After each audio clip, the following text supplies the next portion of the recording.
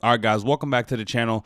Now, as many of you know, Whoopi Goldberg constantly puts her foot in her mouth, damaging her reputation with her viewers, and she did it again in light of the Tyre Nichols situation when she asked if white people need to start getting beat by police for anyone to actually care.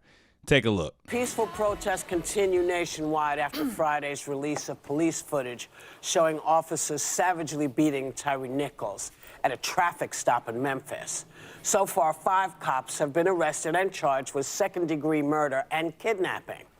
Now, I asked this question way too many times at this table, but, when will the brutality finally lead to some police reform from the ground up? Because clearly, it doesn't matter if it's a white policeman or a black policeman, it is a problem in the police, in the policing itself.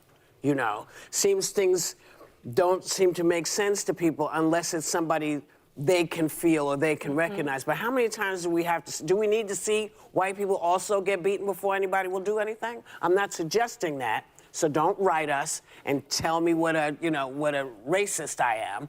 I'm just asking, is that what people have to see in order to wake up and realize this affects us all? Police brutality is a serious issue to, all creed and color and race and nationality in this country. It's something that we talk about every single day.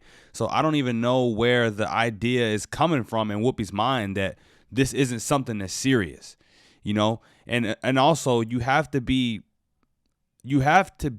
careful when you speak of police reform, because like I always try to mention in this channel, whenever I speak about police, although there are terrible instances like this that happen, there are also instances where police save lives. You don't want to completely gut a police department or gut the police in general and, leave defenseless people and people who need their help completely stranded. And we saw that happen. We've seen police precincts just up and abandon their job because, they have no support. The police have a system in which they operate, and no system operates on 100% correctness. You know what I mean? Whether you're talking about humans or AI, nothing is 100% perfect. There will be bad apples inside of every institution. But medical malpractice is big in this country. I don't see anyone saying for doctor reform or medical degree reform. You know what I'm saying? That's taking lives as well. It's also a serious issue. But let's continue and see what else they have to say here. Well, I have to say I haven't been able to bring myself to watch the video because I've seen so many of them. And as the mother of a black son who's 6'2" and 20 years old, my worst nightmare is what is probably on that video. And there's, studies that show that black people that continuously watch these videos suffer from PTSD, and it's called linked fate, because we see our loved ones in the video.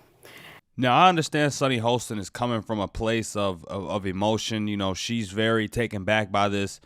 Understandable to an extent. Many people are very taken back by this. It's something that's hard to watch, for sure. But in my opinion, this is what the sensationalism of black people involved with police brutality, this is what it does. It makes people overly emotional. And a lot of black parents don't advise their kids the right way on how to deal with the police. They speak about police in a negative way, and they almost make kids fearful. They'll tell you, don't move, don't do anything. You can't speak to them. Like that type of language will make someone grow up fearful of having interactions with police. I'm a black man in America, and my parents, kind of taught me in a similar way like that. Make sure you don't do nothing, make sure you don't reach for the wrong way. Yeah. I get it. But you have to grow up and shed some of that advice and just realize that, when you dealing with a police encounter, all you have to do is just act normal, act natural. And if you aren't doing anything wrong, there should be nothing wrong. Nothing should go wrong in an interaction with a police officer as long as you're following the law and you're helping them conduct the stop, whatever it may be, for as quickly and as efficiently as possible. And it's like, despite the warnings that a lot of black parents give. You have a lot of black adolescents, when they get pulled over by the cops, they do things like run, they yell, they try to fight, they try to take guns. Stress the importance of being a law-abiding citizen to your kids.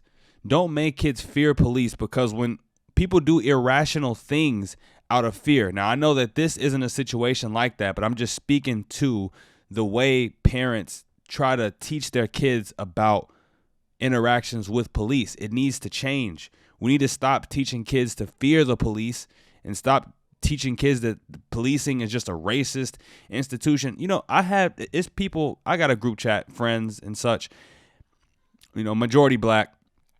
And, you know, and one guy said that, you know, you don't have to be white to uphold white supremacy. And I'm just thinking in my head, like, 5 black officers getting down on a black guy. How is this white supremacy? Where is the white supremacy in this? You know, this is nothing but an abuse and a misuse of authority.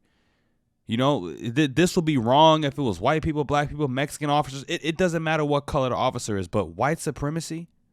You know, me, I don't even really, you know, buy into all of that stuff the way, you know, most of my black counterparts do. But I find it ridiculous. You know, we find a way to make put white supremacy at the root of every single negative thing that happens to black people. To wrap this video up, you know, what happened to Tyre Nichols shouldn't have happened, and it should definitely have been handled in a better way. I've heard that he may have had some beef with the officers because, you know, what happened did seem very personal. Why would they take things to this extent? It really is tragic, but to insinuate that, you know, this is happening enough to black people, so it needs to start happening to someone else, that's not to another group of people. That's not where we want to take this. You know, similar to the Kyle Rittenhouse situation where it was a white person shooting 2 other white people.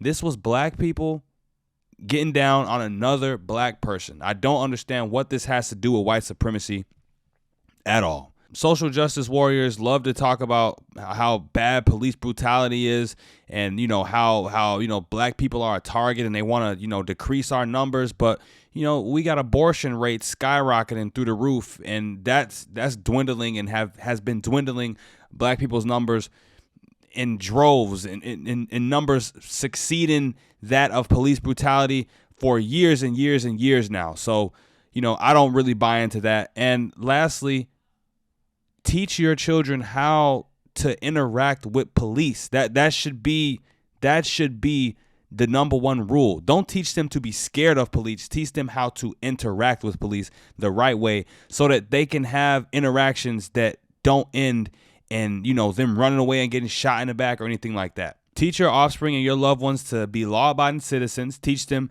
how to interact with the police, and teach them not to be scared of the police. That way we can mitigate a lot of what's happening, because the thing that these ladies on The View will never admit to you, will never tell you, is that a lot of these instances could actually have been avoided. You know, everything that has happened wasn't 100% brought on by the police. You know, sometimes people put themselves in bad positions, in terrible positions, and terrible things end up happening that shouldn't happen. All right, but that's it for the video, you guys. Don't forget to like, comment, share, and subscribe when we're out the door. Till next time, you guys, I'm out of here. Peace.